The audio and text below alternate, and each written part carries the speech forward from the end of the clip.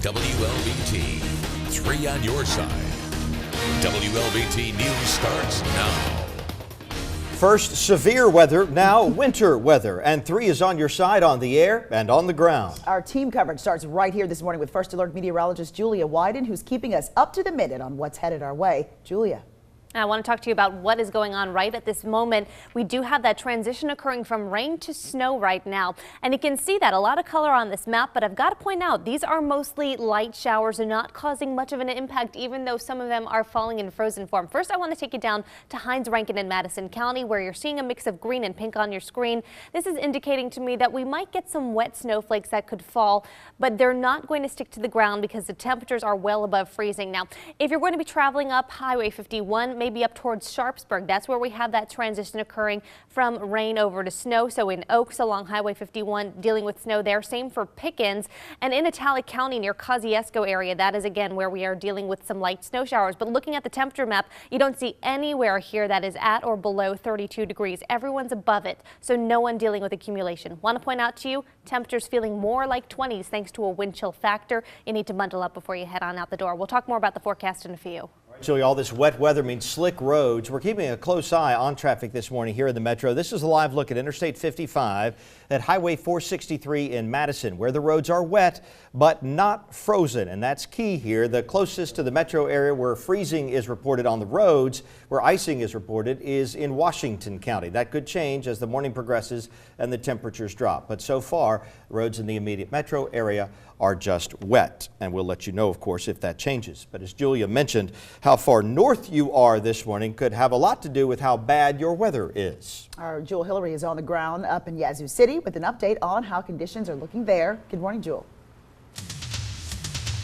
Hi, good morning. We'll say good morning, Joy. Well, for folks just waking up this morning, and if you're in Yazoo City, it is very, very frigid out here this morning. You see I'm well bundled up. I have a hat on as well as a hood, and you can probably see some accumulation coming from the sky. Those are snow flurries. They've been falling for more than an hour now, and they're not sticking to the ground, which is definitely a good thing. And like Julia said, the temperatures aren't freezing, so we don't have to worry about ice. But if you are in Yazoo City or other places where there is some snow falling, you might wake up to some snow on your windshield, a little icy mix. You can see the van in the distance has a good amount of ice and snow on the windshield. So that is what you might see when you wake up this morning. So definitely you want to make sure that you're waking up a little bit earlier, get out a little bit sooner so that you can make it to work and school in enough time.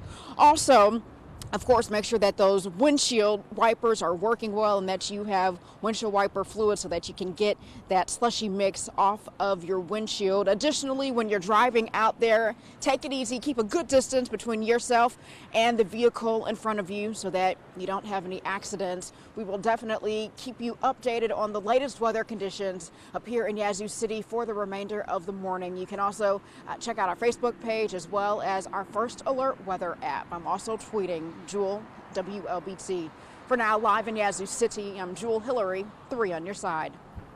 All right, Jewel, thank you. And while many folks across the country are gearing up for deteriorating weather conditions this morning, some folks are cleaning up. Yesterday's severe weather caused scattered damage in several parts of central Mississippi, especially Copiah County. CJ LeMaster takes us through the possible tornado's path. And I was blocked in my car, and I managed to get out on the other side.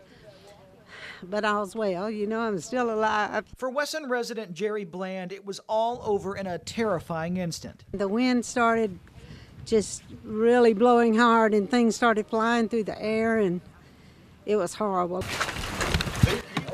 Now part of her home has been ripped away by that possible tornado. Her roof leaks now, but she survived. We can get all this fixed back, but it's just kind of nerve-wracking right now.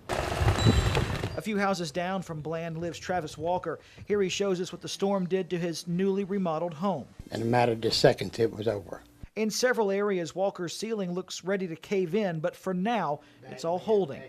His shed that protected a camper outside wasn't so lucky. I had a tin shed over it, 30 by 32, took it all off. In fact, it's down the road quarter mile from me. Now damage assessments will begin in the coming days. Those who've lost so much will have to take stock of what was spared.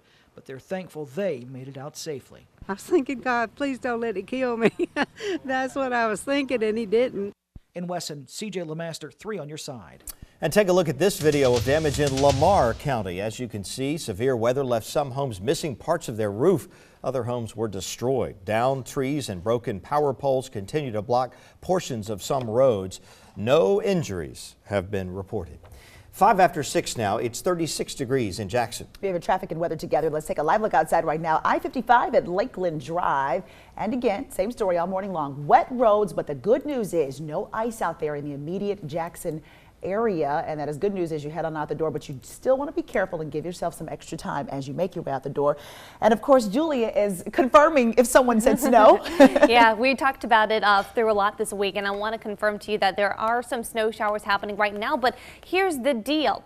It's going to be not cold enough for it to stick to the ground in our area. In northern Mississippi, however, if you're going to be traveling up towards maybe Greenville, Greenwood, if you're heading up towards Memphis to Oxford, that is where it is cold enough to stick. So heads up for that. But in the metro area, we are not expecting any accumulations. Now for the metro area, on a scale of 1 to 10, where am I placing this event?